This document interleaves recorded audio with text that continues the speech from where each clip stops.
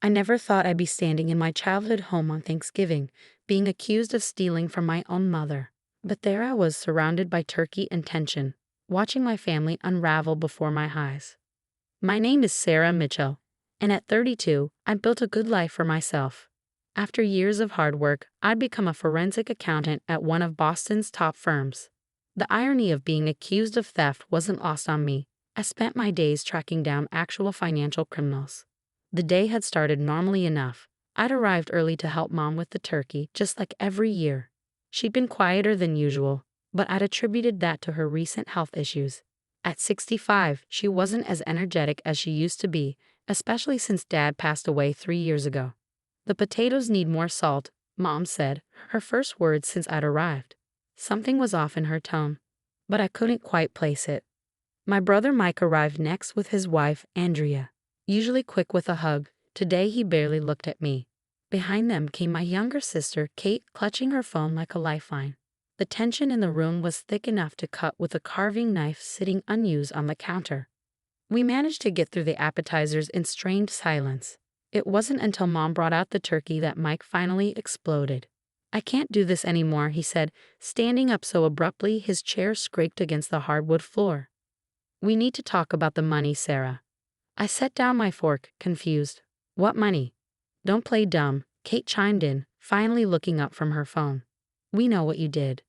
$50,000, Mike said, his voice shaking with rage. "That's how much disappeared from Mom's account last month. The same month you helped her set up online banking." I felt the blood drain from my face. Last month, Mom had asked me to help her modernize her banking. She'd been nervous about online transactions, so I'd spent an entire Saturday walking her through the process. Now I understood why everyone had been acting so strange. "You think I stole from Mom?" I asked, my voice barely a whisper. "We don't think, we know," Mike said. "The money disappeared right after you got access to her accounts. Who else could it be?" Mom sat silently at the head of the table, tears rolling down her cheeks. The sight broke my heart. "Mom, you don't believe this, do you?" She wouldn't meet my eyes. "The money was for my surgery, Sarah." "How could you?" "The surgery. Mom needed a knee replacement, and her insurance wouldn't cover all of it. We'd all been worried about how to handle the medical bills, but stealing? The accusation made me sick." "I'm a forensic accountant," I said, struggling to keep my voice steady. "I track down financial fraud for a living. Why would I steal money in such an obvious way?" "Because you thought we wouldn't suspect you," Kate said. "The perfect daughter. The successful one. Who would question you?" The bitterness in her voice surprised me. Kate had always been the family rebel, changing majors 3 times before dropping out of college entirely. Now she worked at a local coffee shop and lived in Mom's basement. Had she always resented me this much? "Return the money," Mike demanded, "or you'll never see Mom again. We've already talked about getting a restraining order." That's when something clicked in my mind. Mike's new car, the one he'd bought last month, Kate's designer handbag, which I'd noticed earlier but hadn't thought much about. The pieces were starting to form a picture I didn't want to see. I reached for my phone, hands steady despite my racing heart.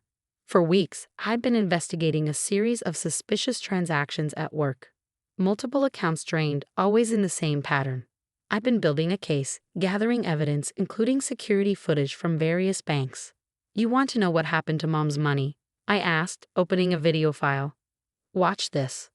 I turned my phone around, displaying the crystal-clear security footage from First National Bank. The timestamp showed 2:15 p.m. on October 15th, exactly when the first withdrawal from Mom's account was made. The color drained from Mike's face as the video played. There he was, standing at the teller's window, wearing his favorite blue jacket. Next to him stood Kate, nervously checking her phone, just like she was doing now. "That's not. You doctored that footage," Kate stammered, but her voice had lost its certainty. "Bank security footage is watermarked and time-stamped," I said, my professional training taking over. "It can't be altered without leaving traces. Would you like to see the withdrawal slips too? They're signed with a pretty good forgery of Mom's signature. Not perfect, though. The forensics team at my office spotted the discrepancies right away." Mom's head snapped up. "Mike? Kate? What is she talking about?" I didn't want to do this, didn't want to shatter my mother's trust in her children. But they forced my hand. From my briefcase, I pulled out a folder, my personal copy of the investigation file. The money was withdrawn in 3 transactions, I explained, laying out the documents. First withdrawal, October 15th, $20,000. Second, October 18th, $15,000. Final, October 22nd, $15,000. Each time, the same 2 people appear on the security footage. Mom picked up the bank statements with trembling hands. But how did they get access to my account? Remember when you were in the hospital for your preliminary tests? I asked gently. Mike insisted on staying with you overnight. Your purse was in the hospital room the whole time. The pieces were falling into place now. Mike had gotten Mom's banking information during that hospital stay. He and Kate had waited until I helped Mom set up online banking, knowing I would be the obvious suspect when the money disappeared. But why? Mom whispered. Mike's face had turned an ugly shade of red. The dealership was going to repossess my car, he blurted out. I just needed enough to catch up on payments. Kate said we could borrow it and pay it back before anyone noticed. Borrow it? I repeated incredulously. You stole Mom's surgery money and tried to frame me for it. That's not borrowing. That's fraud. You always have to be perfect, don't you? Kate spat. The successful daughter, the one who made something of herself. Do you know what it's like living in your shadow? So you decided to steal from our mother and destroy my reputation. The hurt in my voice was palpable. Did you even think about what this would do to her? Andrea, Mike's wife, had been silent throughout this entire exchange. Now she stood up, gathering her coat. I can't be part of this, she said, her voice shaking. Mike, I thought we were just coming to confront Sarah about missing money. You never told me you were the one who took it. The room fell silent except for Mom's quiet sobs. This was worse than anything I could have imagined when I drove over this morning. My siblings had not only stolen from our mother, but had plotted to blame me for it. The level of calculation involved was staggering. The bank's fraud department has already been notified, I said quietly. They're just waiting for Mom to confirm she didn't authorize these withdrawals before pressing charges. Charges? Mike's face went from red to white. You can't be serious. We're family. Family doesn't steal from family, Mom said, her voice stronger now. And family certainly doesn't try to frame family for theft. I reached across the table and took her hand. I've already spoken to the hospital. They can reschedule your surgery for next month. I'll cover the costs. You don't have to do that, Mom protested, but I shook my head. Yes, I do, because that's what real family does. We help each other, not steal from each other. Mike and Kate sat in stunned silence as Mom picked up her phone. Her hands were shaking as she dialed the fraud department number I had given her weeks ago, when I first discovered the suspicious transactions. As she reported the fraud, I looked at my siblings, really looked at them. When had they changed so much? When had their jealousy and resentment grown so deep that they would do something like this? And how had I missed the signs? The turkey sat forgotten on the table, growing cold as our family imploded. This would be a Thanksgiving none of us would ever forget, but not for the reasons any of us had expected. And it wasn't over yet, not by a long shot. The next few days after Thanksgiving were a blur of police statements, bank meetings, and painful revelations. I took time off work to help Mom navigate the chaos my siblings had created. Each new discovery felt like another knife in my heart. Mom and I sat in her kitchen the morning after Thanksgiving, drinking coffee and trying to make sense of everything. The house felt eerily quiet without the usual holiday bustle. I found these in Kate's room, Mom said, sliding a stack of credit card statements across the table. Her hands trembled slightly. She's been opening cards in my name. I examined the statements, my professional training kicking in automatically. 6 different credit cards, all maxed out. Designer clothes, expensive restaurants, hotel stays. Kate had been living far beyond her barista salary. Identity theft, I said quietly. Mom, this is serious. Combined with the bank fraud. They could go to jail, couldn't they? Mom's voice cracked. My own children. Before I could respond, my phone buzzed. A text from Andrea, Mike's wife. Can we meet? There's more you need to know. An hour later, I sat across from Andrea at a small cafe downtown. She looked like she hadn't slept, dark circles under her eyes. Mike's gambling again, she said without preamble. That's why we needed the money. The car repossession story was just a cover. The revelation hit me hard. Mike had struggled with gambling addiction in his early 20s, but we thought he'd beaten it. Dad had helped him through rehab before he passed away. How bad is it? Andrea's laugh was hollow.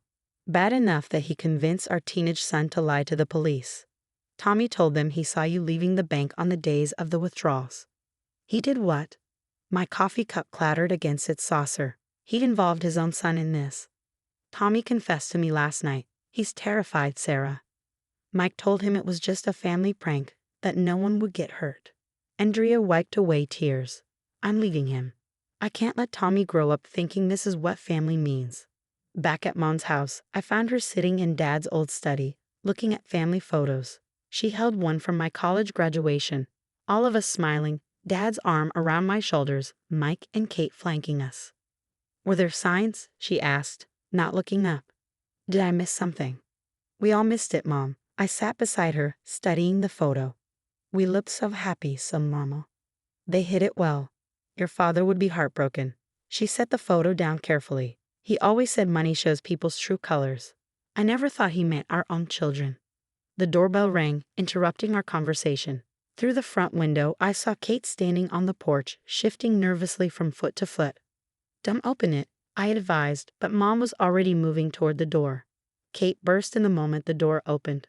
Mom, please, you have to drop the charges. They're saying it's felony fraud. I could lose everything. You should have thought of that before stealing from me, Mom replied, her voice firmer than I'd ever heard it. I was desperate. Kate's mascara was smeared, her eyes red.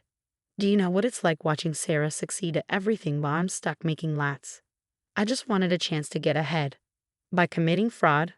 I interjected. How exactly was that going to help you get ahead? Kate whirled on me. Oh, shut up, Miss Perfect. You have no idea what it's like being the failure of the family. Mom and Dad spent everything on your college education. There was nothing left for me. That's not true, Mom cut in sharply. We offered to help with your education multiple times. You chose to drop out 3 times. Because I couldn't compete with Sarah's perfect grades and perfect career and perfect life. Kate was shouting now. Do you know she got promoted last month? Another big success for precious Sarah, while I can barely make rent. I stared at my sister, truly seeing her for the first time. The designer clothes she wore, probably bought with stolen credit cards. The expensive highlights in her hair. The new iPhone in her manicured hands, all funded by fraud and theft. You're not a failure because of me, Kate, I said quietly. You're in this situation because of your own choices, and now you have to face the consequences. The police called this morning, Mom added. They want us to come in tomorrow to discuss pressing charges against both you and Mike. Kate's face crumpled. You really send your own children to jail?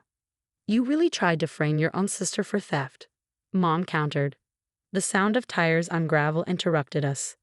Through the window, I saw Mike's car pull up. He got out, looking disheveled. Nothing like the polished financial advisor he pretended to be. Family meeting, he announced, striding in without knocking. I have a proposal. You're not supposed to be here, I reminded him. The police were clear about that. He waved his hand dismissively. This is more important. Look, I have a plan to fix everything. Sarah, you make good money. If you just loan us enough to replace what we took, Mom can tell the bank it was all a misunderstanding. The audacity left me speechless. Mom, however, found her voice. Are you suggesting that Sarah should give you money to cover up your crime? It's not just about the money anymore, I added, finding my voice. You tried to frame me. You got Tommy to lie to the police. This isn't something you can just fix with a loan. Mike's confident facade cracked slightly. You don't understand. If this gets out, I'll lose my license. No one will trust me with their investments. My career will be over. Your career managing other people's money? I asked incredulously. Maybe it should be over, Mike. You stole from our mother. You're gambling again.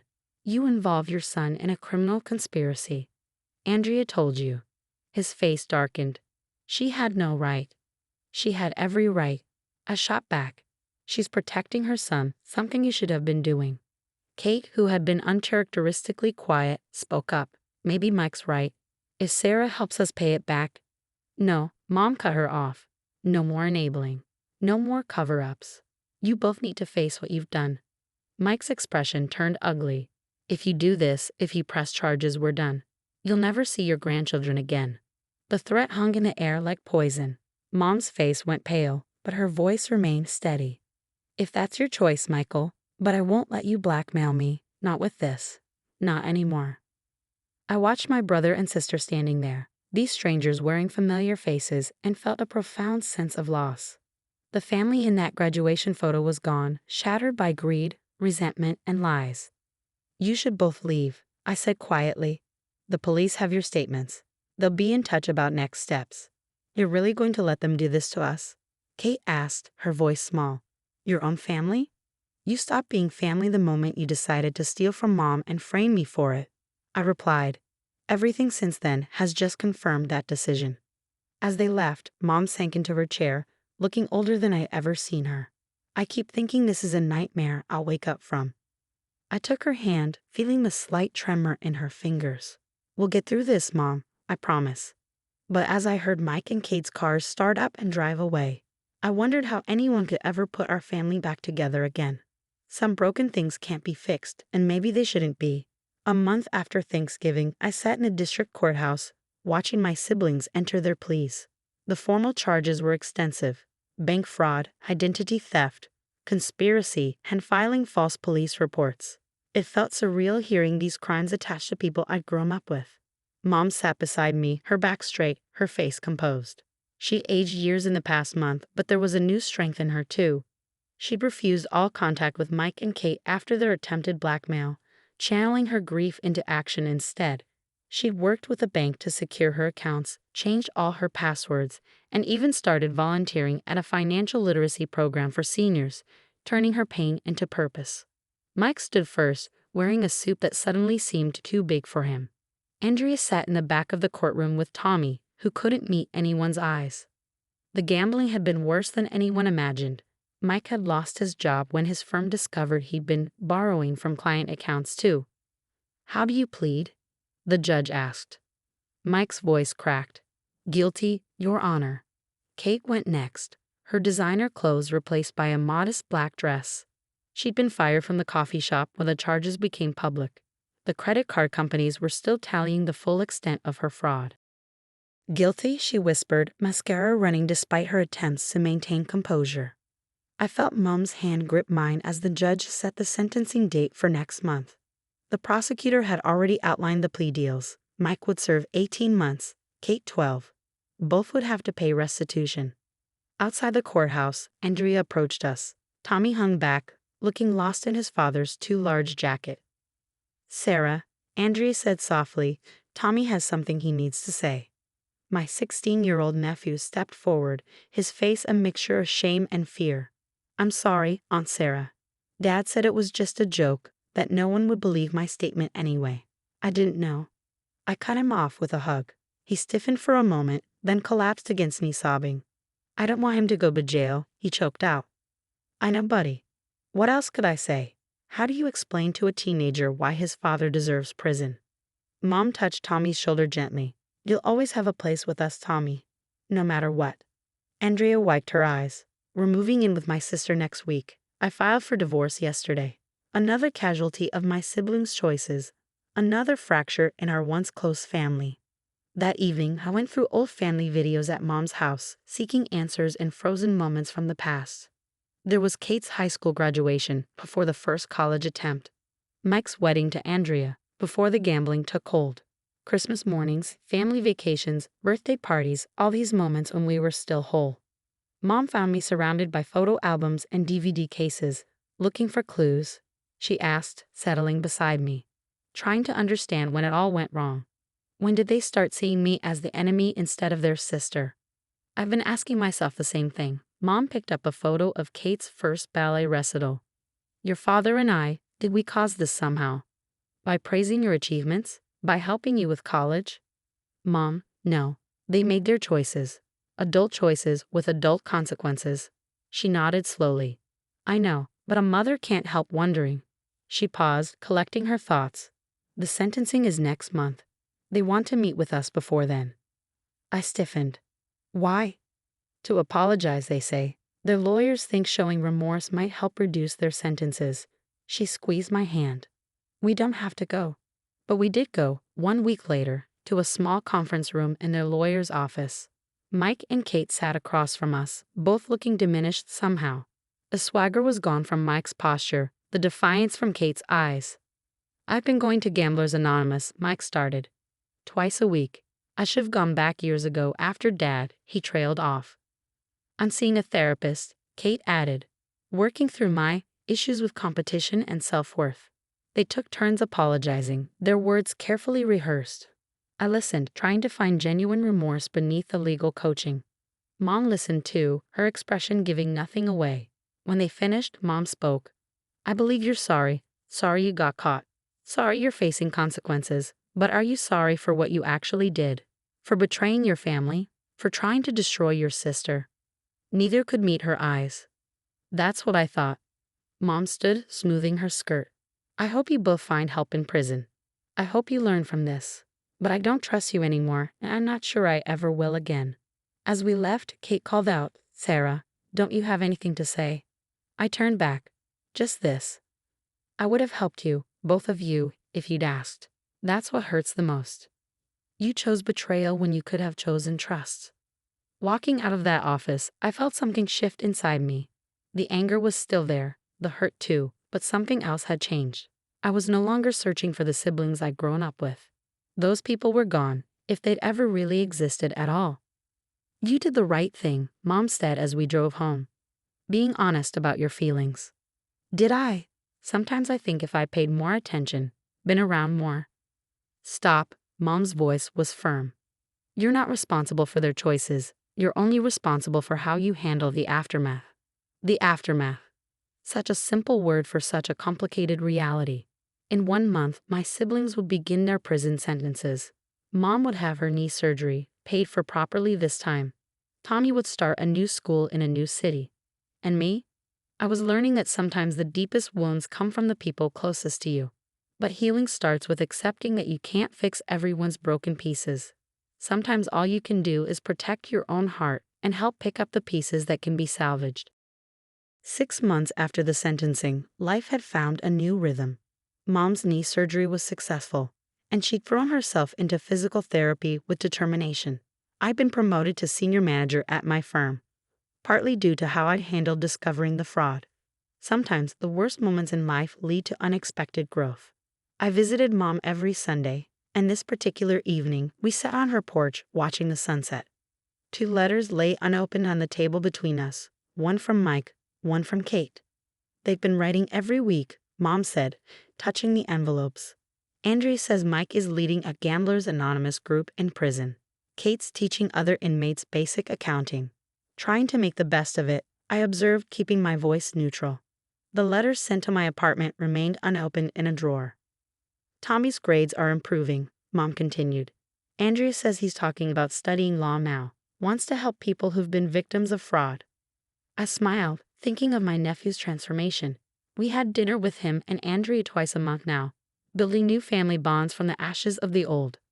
"Sarah," Mom said carefully, "I've been thinking about forgiveness." I tensed. "Mom?" "Not forgetting," she clarified. "Never that.